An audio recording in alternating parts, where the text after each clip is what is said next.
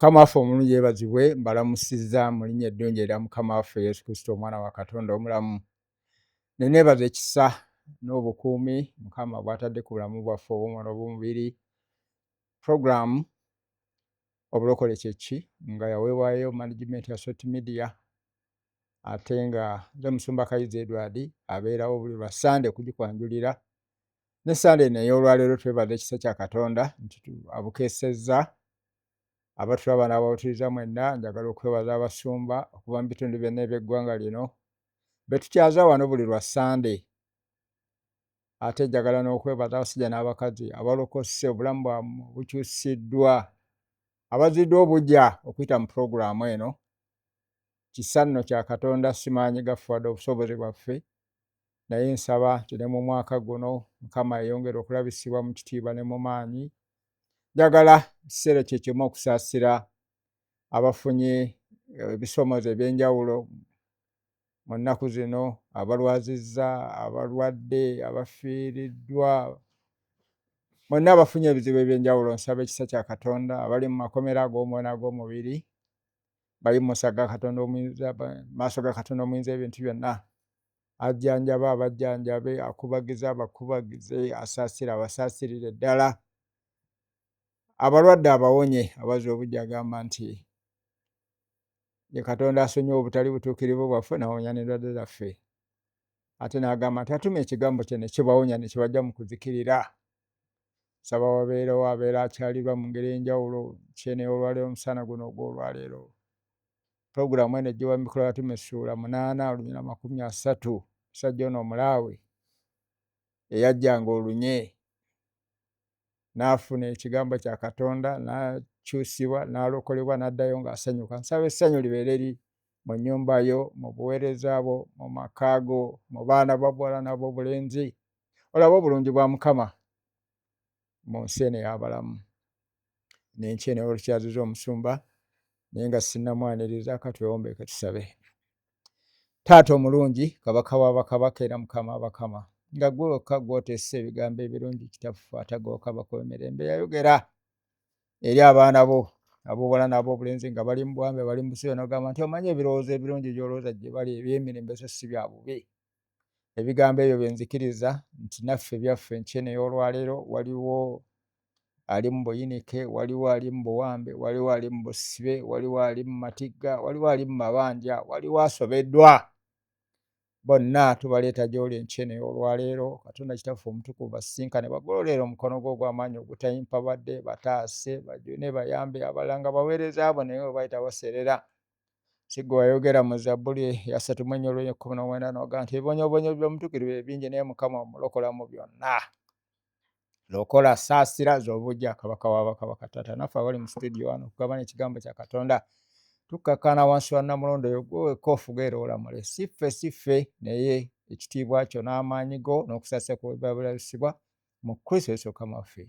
Amen era amen. N'ate gwe yakatwegattako nziramu okwaniriza enkya eno ey'olwaleero, Sunday eno ey'olwaleero, nti oli ku pulogulaamu obulokole kye ki, era enkya eno tukyaziza omusumba. Ate njagala omwaniriza abeeyanjulire, abatamulabangako, abaamulabako, ffenna tuweebwe omukisa. Musumba tukwaniriza. Amina mu linnya lya Mukama waffe Yesu Kristo omwana atono omulamu. Buuza ku yanzeke Omusumba Kayizi.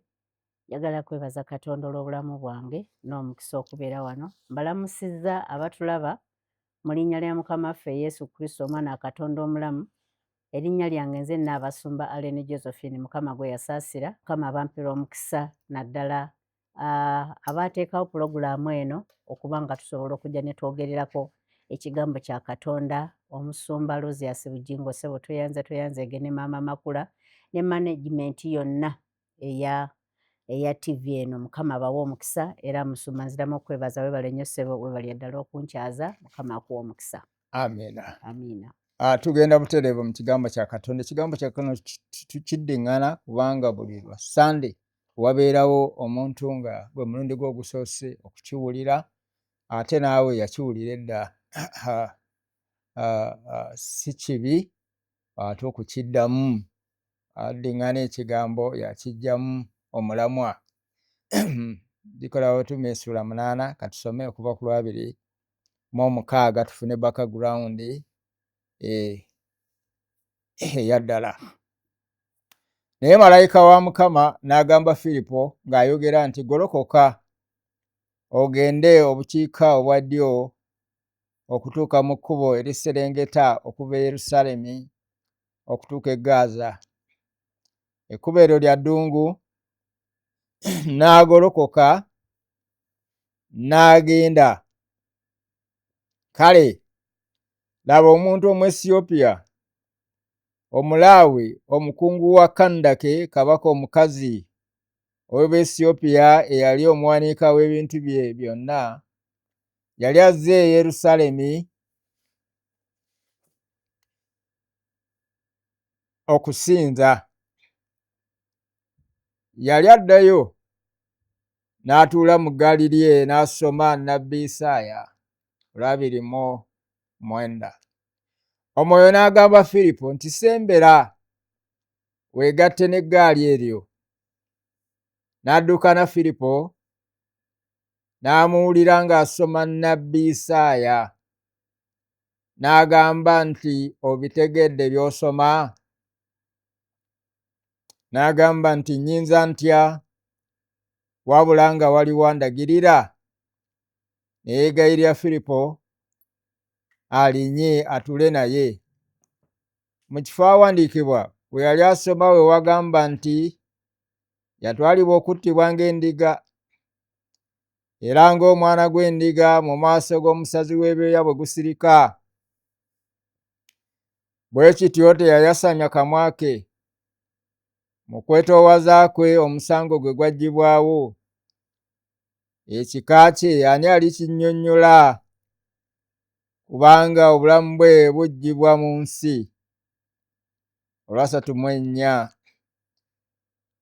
Omulaawe n'addamu Firipo n'agamba nti, nkwegayiridde. Nnabbi ayogera ku ani ebigambo bino? Bibe yekka oba bya muntu mulala? 3:5. Firipo n'asamya akamwa ke n'asookera ku kyawandiikibwa kino n'amubuulira Yesu. Mukama omulungi yeebazibwe, abatulaba n'abatuwuliriza enkyeni ey'olwaleero, Sande n'ey'olwaleero. Bayibuli egambye nti Firipo yalina we yali, oba yali awujjaddemu, oba yali atudde awo. Bayibuli egamba nti malayika wa Mukama n'ajja eri Firipo n'amugamba nti golokoka. N'agolokoka n'amuwa direction engeri y'okutambulamu, n'amugamba nti genda otambule mu kkubo nga lya mu ddungu, era ogenda kusisinkana omusajja. Omusajja ono nga si munnaggwanga lya Isirayiri, munnaggwanga ddala, ajja okusinza bulijjo, naye ndaba ng'alina okuyaayaana okw'enjawulo, yeetaaga bulokozi. Firipo atuma eri omusajja omu. Weewaawo yalina gurupu y'abantu kubanga yali mukungu. Bayibuli etugambye nti yali muwanika w'obwakabaka obw'Esiyopya, era nga kabaka w'Esiyopya yali mukazi nga bamussa Kendake. Firipo tagamba nti n'atambula ntya. Teyalina kidduka kyonna, naye olw'okubanga waliwo ekigendererwa eky'Omwoyo Omutukuvu ekya Katonda Omuyinza w'ebintu byonna, yamusobozesa okufubutuka, okudduka emisinde, n'asisinkana eggaali yali edduka obuweewo. Amiina. Era bw'asisinkana eggaali eno, teyagamba ngenda kutandikira wa? Omuntu tamumanyi, teyeetunuulira mbeera z'afaananamu. Jjukira ensi ya Isirayiri ya musenyu, ya ddungu. Abunye enfuufu,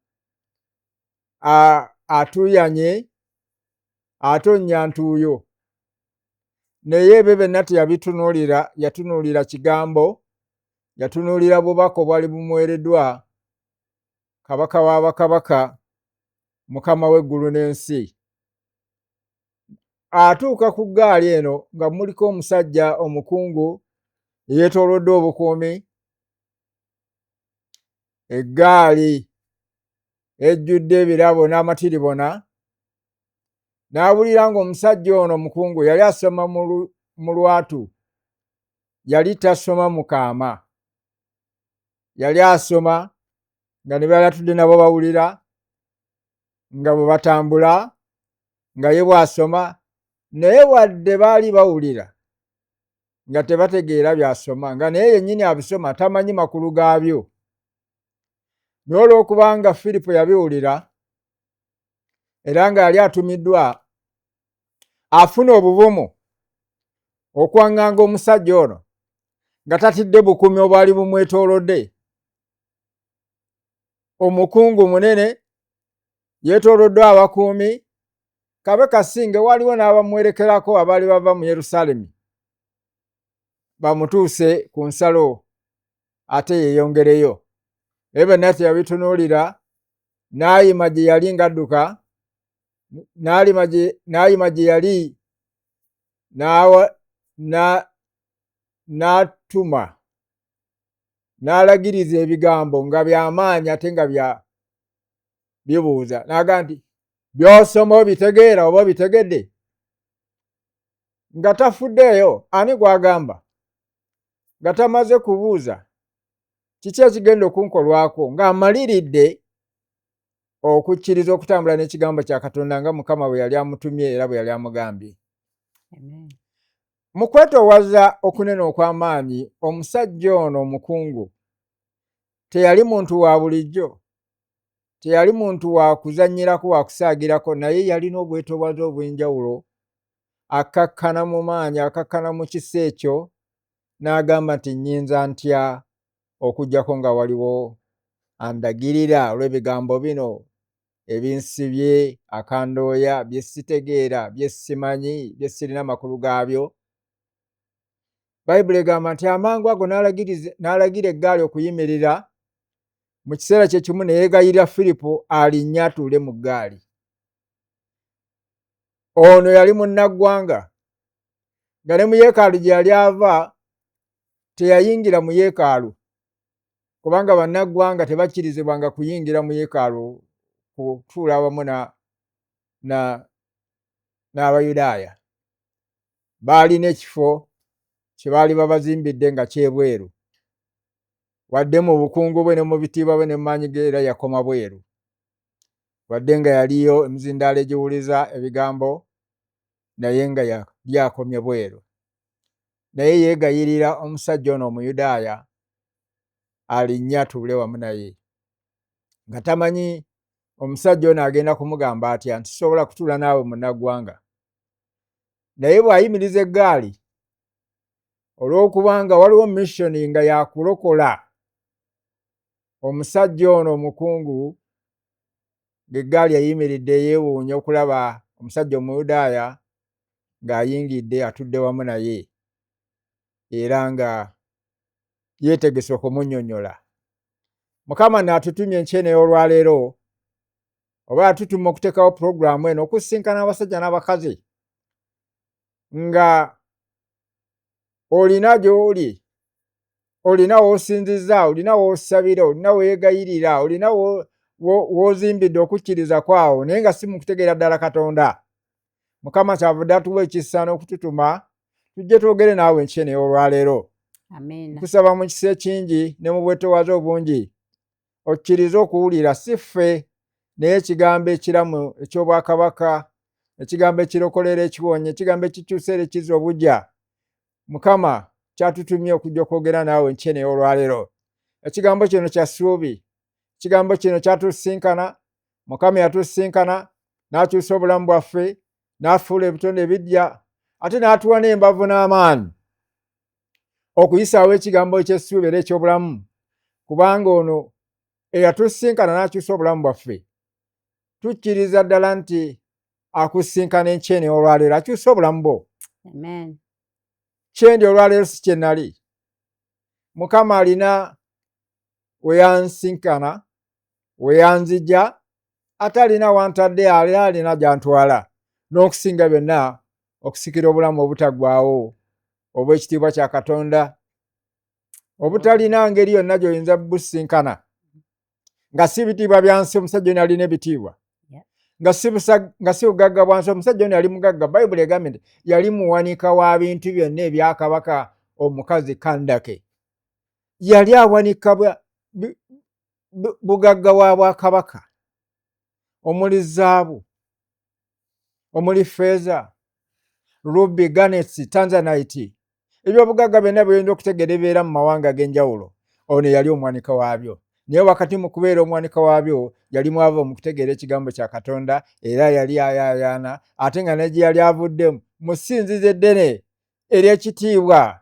Abantu bonna lye beenyumirizaamu temwalimu kigambo kya bulokozi, mwalimu ebigambo byonna ebirala naye nga temuli bulokozi. Omusajja eyalina ekigambo eky'obulokozi bamuyita Filipo. Filipo yali muntu wa bulijjo eyali anyoomebwa abalala naye ng'eggulu limumanyi ensonga lwaki gwe lyatuma okujja okwogera naawe. Tuyinza obutaba na bitiibwa naye Mukama atumye ffe enkyene olwaleero kuta mu puroguramu eno otegeere Katonda, okkirize Katonda, obulamu bwo bukyusibwe obung'ono mu mubiri.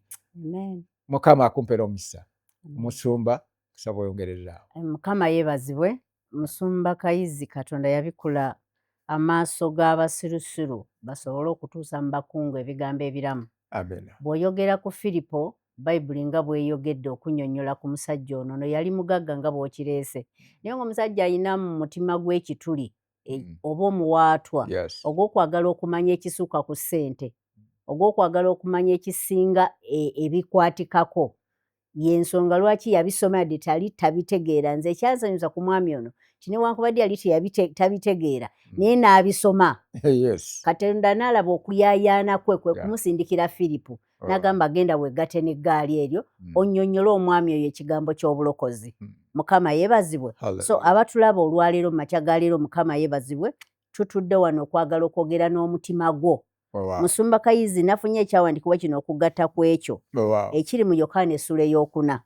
Olunaku olwo nayogera naawe nabikula Bayibuli yange ne ntunuulira okuyaayana kw'omukyalo ono Omusamaliya mu Yokaana essula ey'okuna.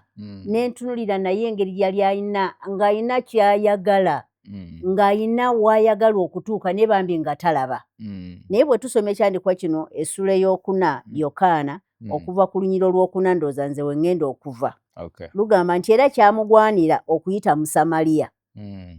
Awo n'atuuka mu kibuga eky'e Samaliya kye bayita Sukaali ekiriraanye olusuku Yakobo lwe yawa omwana we Yusufu. Era mwalimu oluzzi lwa Yakobo. Awo Yesu yali akooye olugendo n'amala gatuulira awo ku luzzi obudde nga ssaawa 6. Omukazi Omusamaliya n'ajja okusena amazzi. Yesu n'amugamba nti mpa nnywe, kubanga abayigirizwa be baali bagenze mu kibuga okugula emmere. Awo omukazi Omusamaliya n'amugamba nti ggwe Omuyudaaya kiki ekikusabya okunywa eri nze omukazi Omusamaliya? Kubanga Abayudaaya nga tebatabagana n'Abasamaliya. Yesu n'addamu n'amugamba nti singa obadde omanyi ekirabo kya Katonda n'oyo akugamba nti mpa nnywe bw'ali, bwe wandimusabye naye yandikuwadde amazzi amalamu. Omukazi n'amugamba nti ssebo, tolina kyakusenya n'oluzzi luwanvu, kale onojja wa amazzi ago amalamu? Ggwe oli mukulu okukira jjajja Yakobo eyatuwa oluzzi luno, eyanywangamu ye n'abaana be n'ensolo ze? Yesu n'addamu n'amugamba nti buli muntu yenna anywa amazzi gano ennyonta emuluma nate, naye anywa amazzi ago nze gendimuwa ennyonta terimulumira ddala emirembe gyonna. Naye amazzi gendimuwa ganaafuukanga munda mu ye ensulo y'amazzi nga gakulukuta okutuuka ku bulamu obutaggwaawo.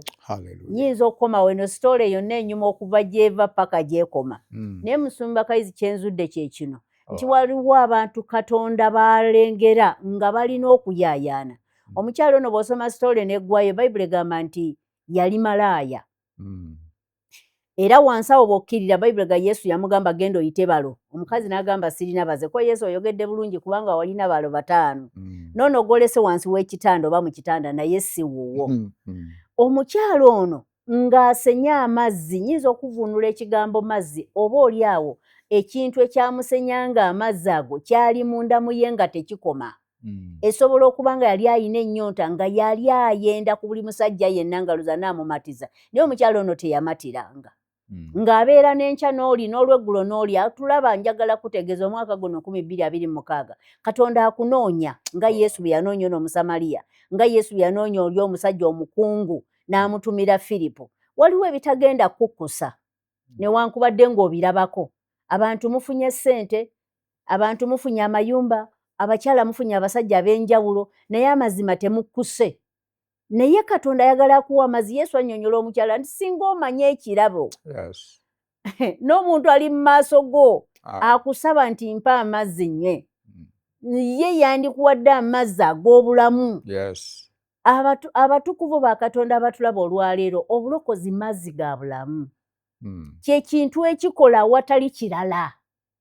Olunyiri lw'eyo mu Isaaya olugamba kiki okuteganira obwereere, okuwaayo ebigula awatali bigula. Mujje mulye, mujje munywe awatali bigula.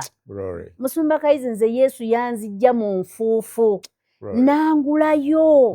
Simanyi leero bwe nandibadde, oba oliawo nalibadde abakazi abakulu abatalina magezi abazunga mu mabaala abagwa eyo wansi ne batamira ne bayonoona ekitiibwa ky'abakyala. Naye Katonda yansaasira nandokola. Oyo eyandokola nga Musumba Kayizi bw'oyogedde. Naawe mukyala gwatulaba olwaleero, muwala gwatulaba olwaleero, omwami wasomose 2025 n'oyingira 2026 lwakigendererwa. Ennyonta eyo gy'olina ekusenya amazzi buli lunaku ani agivumula? Yesu. Ogwo omwenge gw'onywa omungi ennyo n'okeera ku makya ng'olina hangover. Ate hangover Musumba Kayizi bannyonnyonnyola. Hangover evaawo na mwenge. Tebakuwa juice hangover n'evaawo. Kati ova mu mwenge gukubonyaabonyeza ate otandika omulala ku makya. So obulokozi kisinga nnyo ebyo bikumazeeko emirembe okumala emyaka n'emyaka gy'otambuliddemu. Yesu wa bwereere. Ne we twogerera wano gwawulira ebigambo bino bye twogera n'Omusumba Kayizi. Bwe tumaliriza Musumba Kayizi agenda kwatuza. Oyingire omwaka tukyali mu January ogambe nti kye nafuna mu mwaka gwa 2026 nga gutandika nafuna obulokozi. Omukyalo ono yali akoye gwe tusomyeko Omusumba Kayizi ng'ayenze oli amukozesa n'amusuulaawo n'oli n'amukozesa n'amusuulaawo. Naawe gwatulaba olwaleero nnyabo oba ssebo obirabyeko abawala obaagadde naye tomatiranga n'olwaleero. Olina ne gwe wasudde mu Desemba n'ogamba kati oyagala mulala mu 2026. Kiki ekinaaziba omuwaato ogwo? Obulokozi. Ekyo kye ndaba Musumba Kayizi. Ki ekiyinza okuyamba omuntu essente nga ozifunye oba ssente nga tozifunye? Kati tuva mu kulonda, abamu mwalonze ne mutayitamu. Naye ki ekiyinza okukuwezaweza n'oddawo n'ofuna emirembe? Bulokozi. Bino ebintu by'ensi tubigoba ne bigaana. Nze Musumba Kayizi neesumbawo era bagenda kunnonda ku Lwokusatu wiiki ejja. Naye bwe mba siiseemu sijja kuzirika kubanga nina ekisinga. Okitegedde? Waliwo ekisinga. Obulamu bwaffe tebukoma ku ebyo.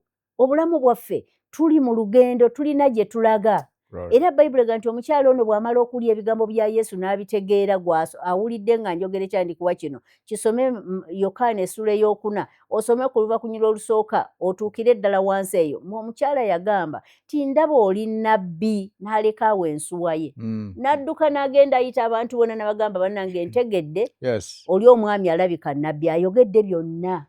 N'akuŋŋaanya ekibuga. Teri yali amanyi nti alina abasajja baasuza wansi w'ekitanda. Naye bw'amala okulokoka ng'awulidde omusajja ayogedde n'agenda akuŋŋaanya ekibuga. N'ebyokutya abantu bano bamwogereko byonna byava. Yabisuula awo. Luli yali yeekweka. Bayibuli eyogera Musumba Kayizi nti bwali ttuntu alabika amazzi yagasenanga mu musana ng'atya abakazi okumuyeeyereza. Baakeeranga mu mazzi. Kati ono ajja mu ttuntu ng'abantu bonna teriyasena mazzi. Abakazi b'abasajja bo basuula nabo nga bagenze dda. Okitegedde. So Yesu akwambula akwambulako ekiswalo, Yes. akwambulako ensonyi ezo ez'ekibi, n'oba wa ddembe. Hallelujah. Nga tonnalokoka wano wentudde Musumba Kayizi wempisa tosobola kutuulawo. First of all toba na bigambo biramu. Yes. Ebigambo byonna biba bya nsonyi. Naye bwe tulokoka Bayibuli gatufuuka kitonde ekijja. Nzikiriza nti enkyeni y'olwaleero omusana guno ogw'olwaleero waliwo omuntu omusajja n'omukazi Mukama gwakyalira at the point of your need awali okwetaagaako okwo. Omukyala ono Musamaliya yali ensi emukubye. Ddala. Yali alina entiisa n'ensonyi mu bantu naye nga waliwo ekyamusiba ekitasobola muta. Alina ennyota nga tewali ayinza kugimalawo kubanga Bayibuli egambye nti abasajja bakyusanga nga ngoye luno naye era nga tamatira. Naye nga tamatira. Naye bwe yasinga na Kristo Yesu amuwulira ku mazzi amalamu. Amen. Amazzi amalamu agakyusa yafuna endowooza y'amazzi ga luzzi luno. Atunulira Yesu nga talina kisena nga naye alabika nga ateyamba ayogera obwogezi ebigambo nga binganga byakubalaza byakusaaga. Naye Yesu yali tagamba amazzi gano gakusena mu luzzi.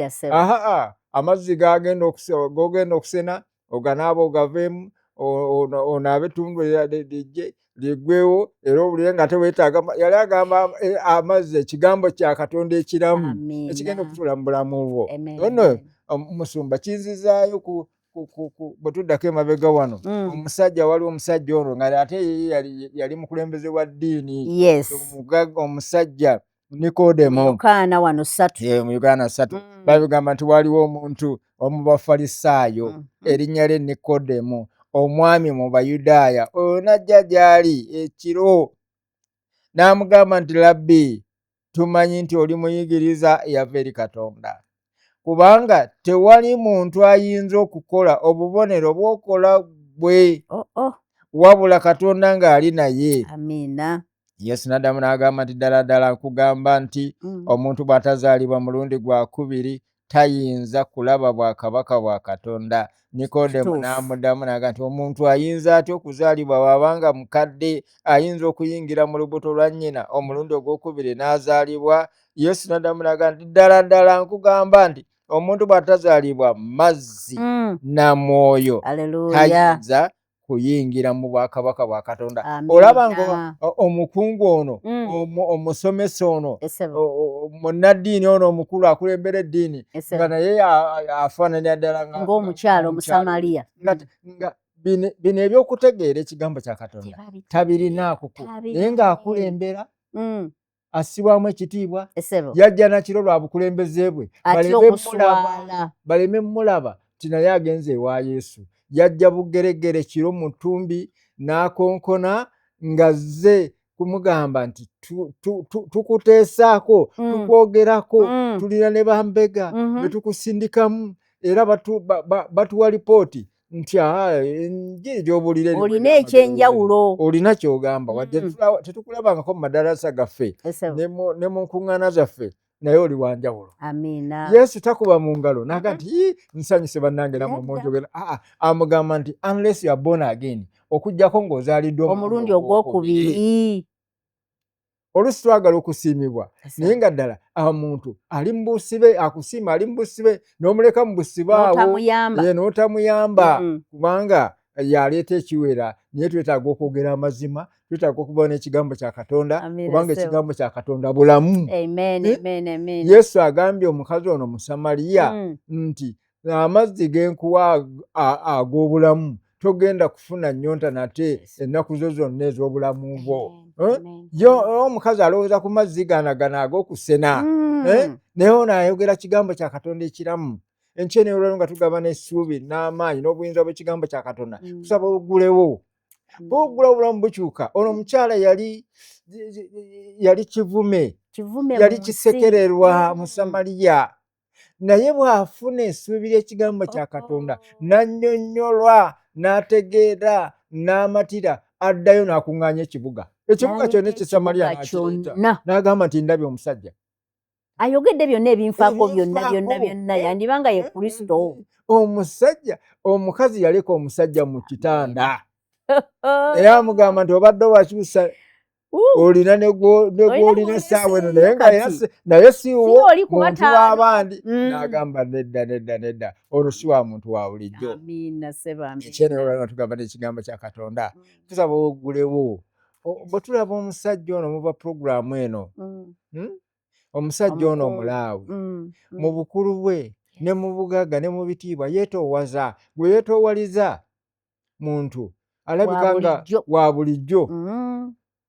Talina bitiibwa byonna, talina bitiibwa byonna. Y'enjiri gy'abuulira ya mu makomera, ya ku kkubo, ya ku nguudo. Bano be bagamba bwe totuleekaanira sirika naffe tulina gye tusabira.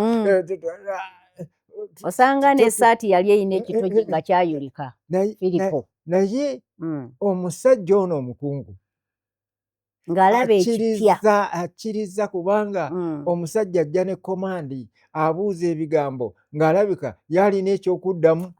Ono kyatalina nga si ssente zikireese, nga si bugagga bukireese, nga si kutambula ekizenze, naye kikireese kisa kya Katonda gy'ali. Ekituza okugabana naawe enkyene ey'olwaleero, Sande n'ey'olwaleero, bweweggulawo n'oyaayaanira ekigambo kya Katonda obulamu bugenda kukyuka. Eyakyusa ekigambo ekyakyusa abasajja n'abakazi, ekyaleeta obulamu awali okufa, ekyaleeta okutegeera awali obutamanya, n'enkyene ey'olwaleero weekiri. Okukusumulula ggwe ali mu matigga, okukusumulula ggwe ali mu bukaba, ali mu bwenzi, ali mu nnaku, ali mu maziga, ali mu taaba, gwe bayita n'erujuuju baakutuuma ddala amannya amazibu. Enkyene ey'olwaleero, omusana guno ogw'olwaleero, bw'otegeera nti you need a person, weetaaga. Oyinza okuba nga ebintu byonna obirina, ono omusajja ali mugagga, yalina byonna, naye yalina kyatalina, okumanya kuno, obulamu nga tabulina, okwebuzibwa kuno, nga ne gy'avudde mu yeekaalu. Abantu twenyumiriza oluusi mu masinzizo gaffe. Abantu beenyumiriza, balina okwenyumiriza. N'agamba nze gundi eyambatiza nayakisaako n'emikono kifo kya kitiibwa nnyo. Nze nsabira mu yeekaalu matiribona. Fedda nga kijje tulokoke mu gy'ekinaana baatuyitanga baabiwempe. Era twali baabiwempe. Ddala kiwempe. Tulina ekiwempe waggulu, kiwempe nga n'okutonya kitonya. Mu mbiriizi wansi kiwempe. Naye nga mwe mulimu obulamu. Mulimu obulamu ng'ate twalina gye tuvudde nga nayo nnene. Naye ng'eriyo teyaliyo bulamu, ate obulamu tubusiŋŋaana eno. Mu biwempe. Tubusiŋŋaana eno mu kiwempe. Naye kati onoonya ekiwempe nga ofuna obuzibu okukisiŋŋaana. Batono ddala. Ofuna obuzibu okukisiŋŋaanawo. Lwaki? Ono yakyusa obulamu bwaffe obw'omwoyo. Akola n'ebyokulya byonna. Agamba musooke munoonye obwakabaka bwa Katonda n'obutuukirivu bwe, n'ebirala byonna bigenda kubongerwako. Abantu banoonya ebitiibwa, abantu banoonya okusinzibwa, abantu banoonya okuweebwa, abantu banoonya ebintu byonna byonna. Naye seek first kingdom of God.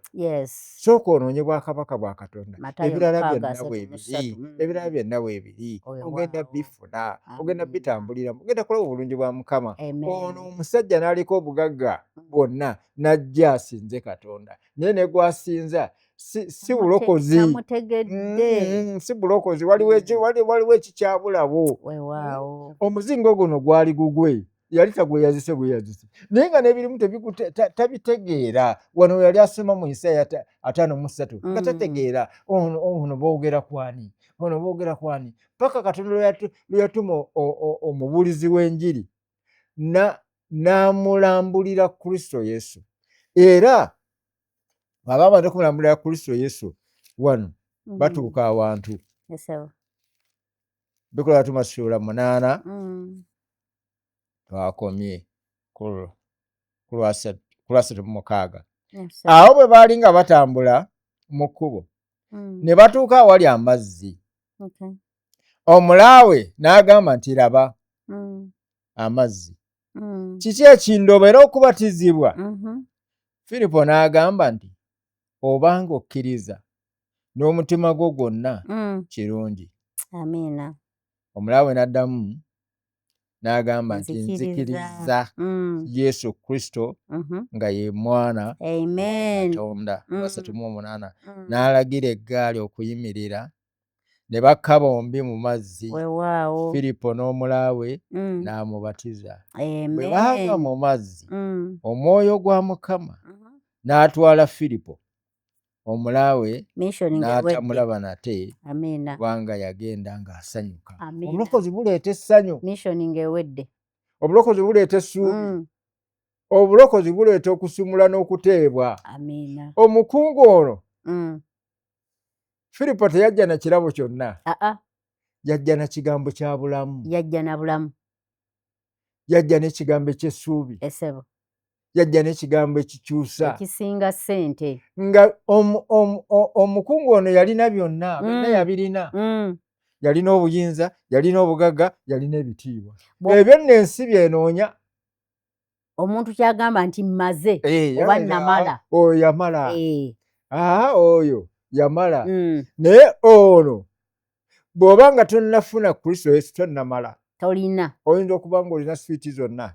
Yesu ayogera n'agamba kirigasa ki okulya ensi yonna, okulya ensi. Tagamba puloti, tagamba ndabye abantu abagoba bannaabwe ku ttaka, ne babagoba ku byalo, ne babagoba ku bibanja. Naye Yesu agamba nsi yonna.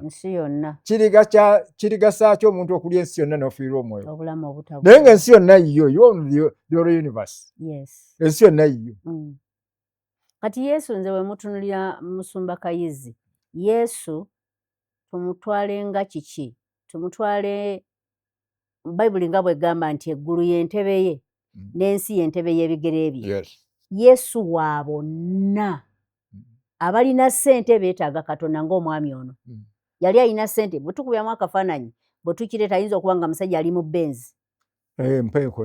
Mpenkoni mwe yali atudde. Naye omusajja omubulizi w'enjiri yajja atuuyana ng'akatuuyo kamutta, musajja atu n'ekyemisandooza tannakifuna. Nga y'alina omwami ono omugagga kye yeetaaga.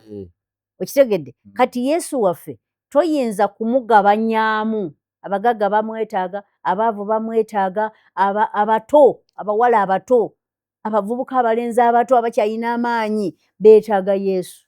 Buli muntu yeetaaga Yesu. Abakaddiye abakootakoota beetaaga Yesu. Zaakayo yali muwoza, yali mukulu w'abawoza.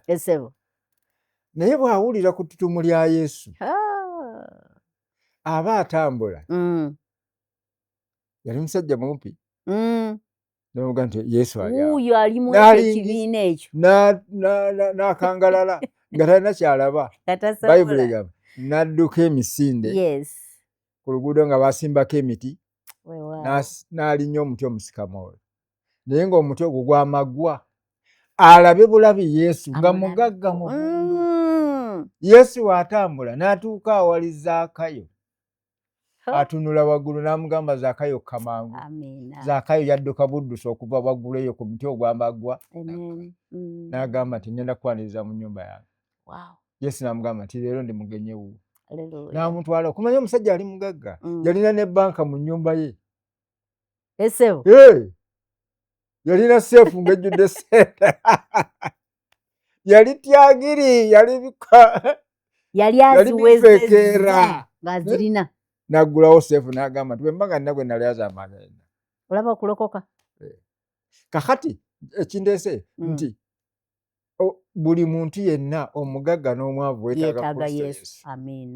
Zaakayo yalina byonna, naye teyalina bulamu butaggwa. Naye bw'akyaza Kristo Yesu, obugagga yabulaba nga tebuliimu era teyabutwala nga kintu. Ekirala Musumba Kayizi mu eyo pointi mulimu kino. Omwami oyo Zaakayo bwe yali tannafuna Yesu, bano abantu be yajjangako enguzi, be yalyangako ssente zaabwe, yali takiwulirangako nti ayinza ozzibaddiza. Naye bw'amala okuyingiza Yesu mu nnyumba, n'akola statement bw'eti, n'agamba nti bwe mba nga nalyaza amanya omuntu yenna, muliyirira emirundi ebiri. N'abaavu ŋŋenda kubawa. Kugamba Yesu aleeta obulamu, aleeta amazima, aleeta obwenkanya. Bw'oba ne Yesu kye kyaleetera nti abantu bonna bw'oba ng'olina Yesu olekayo omwenge, olekayo okuvuma abantu. Nakunyumizaako lwe nali wano Musumba Kayizi ti nze nalina omusajja nga mpa buli kimu. Naye bwe nafuna Yesu najjula munda mu mutima gwange, Mwoyo Mutukuvu nga n'abasumba va ku bwenzi omusajja w'abandi muzzeeyo. Nenzirira omusajja ne muzzaayo ewa nnyini ye kubanga omusajja yali yankwana bukwanyi byakusaaga. Kati obulokozi buleeta obwenkanya. Mukwano gwange atuwuliriza, obiridde, onywedde, oyenze, oba oli mulwadde ku ndiri, nze kansembyeyo ne kwogera ku ekyo. Nti bw'obanga oli mulwadde ku ndiri, oyingidde 2026, bakukyusa bukyusa, bakutute mu ddwaliro biganye. Buli kimu kyonna bakikoze. Abamu oli awo nga ssente wezibu kimu bakikoze. Njagala ogezeeko ku Yesu waffe. Hallelujah. Gezaako bugezi owuli omutima gwo ng'okooye ogambe mbimaze, ojja kulaba omukono gwa Katonda. Hallelujah. Nga tumaliriza enkyene olwaleero, njagala okwebaza Musumba n'abasumba olwa tukyalira naye nga tetunnava ku mpewo nkusaba tuyinza okubeera waliwo abatwegasseeko nga twatandise dda kusaba obuulira abantu puroguramu y'obuweereza obw'essaidi eyo tuve wano. Okay, njagala kwebaza Katonda nate olwa Musumba Kayizi n'obuweereza bwonna. Katonda abawe omukisa okunkyazaako. Erinnya lyange nze Nnaabasumba Allen Josephine, Mukama gwe yasaasira, nva Gayaza Kasangati, akaloba kayita Masooli. Tukyakuŋŋaanira mu nnyumba mwe tusabira. Twebaza Mukama naye tuyina ne we tukuŋŋaaniye walala wali ekyambogo wa mukyala Ssempijja we tukolera obuweereza bw'abakyala. Neebaza nnyo Mukama ab'e Masooli mwenna. Ekirala Musumba Kayizi nsonyiwa mpiseewo kano. Ennaku z'omwezi nga 4 bagenda kutulonda, neesimbye ku bwa kansala LC3 najjidde ku bbaasi nga ndaba yegenda okuntuusa okubaweereza. Mbeegayiridde ennaku z'omwezi nga 4 mutiikinga ebbaasi Nnaabasumba Allen Josephine agenda kubaweereza mu kitundu. Omukyala omulokole mulabeko ku buweereza bw'abalokole bwe bubeera. Ndi mukyala mulokole, ndi mwesimbu, Katonda ali munda mu nze, nja bakola bulungi. Mbaagala nnyo ekkanisa zonna eziri e Kasangati mbatumidde. Mukama abempera omukisa ewaka wange, abaana bange be nalese ewaka, Mukama abawe omukisa. Mbaagala nnyo mu Kristo Yesu omwana wa Katonda omulamu, mubeere balamu. Amen. Tukkiriza Katonda omuyinza w'ebintu byonna nti n'enkyene ey'olwaleero olw'omusana guno ogw'olwesinzira najjo tulaba n'ogyetuwulirira, waliwo omusajja n'omukazi ategedde amazima bwa Bayibuli gano. Bwe mulimanya amazima, amazima gali bafuula baddembe. Amen. Ng'Omwoyo Omutukuvu ayogera naawe olw'olunaku lw'obulokozi, kusaba wowombeke oddemu ebigambo bino wamu nange, gamba nti ayi Mukama nkwebaza kubanga ntegeeredde ddala amazima nti ndi mwonoonyi abadde ateekwa okuzikirira naye olw'essuubi lye nfunye nzija gy'oli nga neenenya era nga nkyuka era nga nva mu makubo gonna era nga ndeka amakubo gonna ge mbadde ntambuliramu agatali ga bwa Katonda nga vuddemu era nga lese. Enkyene y'olwaleero nyaniriza Kristo Yesu okubeera Mukama era omulokozi w'obulamu bwange okuva kaakano. Era nsaba Kristo Yesu ojja amanya gange mu kitabo ky'abafu ogawandiike mu kitabo kyo ku lunaku luli bw'oliba ng'osoma amannya ag'abalonde be ab'okusikira awamu naawe obwakabaka bwa Katonda n'agange gasomwe njatula nga ndokose nti ndokose mpa amaanyi n'obusobozi obumpanguza byonna ebibadde bimpangula nga sinnalokoka. Weebale Kitange, kwebaza Kristo Yesu okundokola. bulumi batenderezebwa mu Kristo mwe nsabidde. Amiina. Gwazeemu essaala eyo olokose naye abadde asesetuka, Mukama akuzizza obujja, Mukama akuwe mukisa. Noonya ekkanisa eri ku musingi gw'ekigambo kya Katonda, Mukama akuviireyo akolera ebinene eby'amaanyi, ojulire Katonda oyo akola ebitasoboka.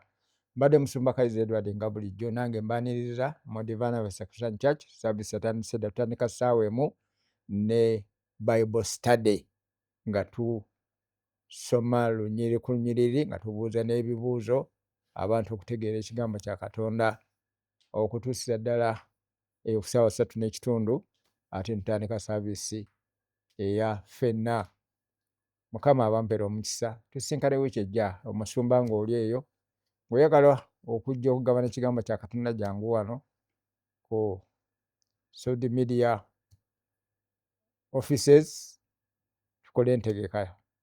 Mukama abampera omukisa. Tusinkane wiiki ejja. Mukama abakuume. Mweraba.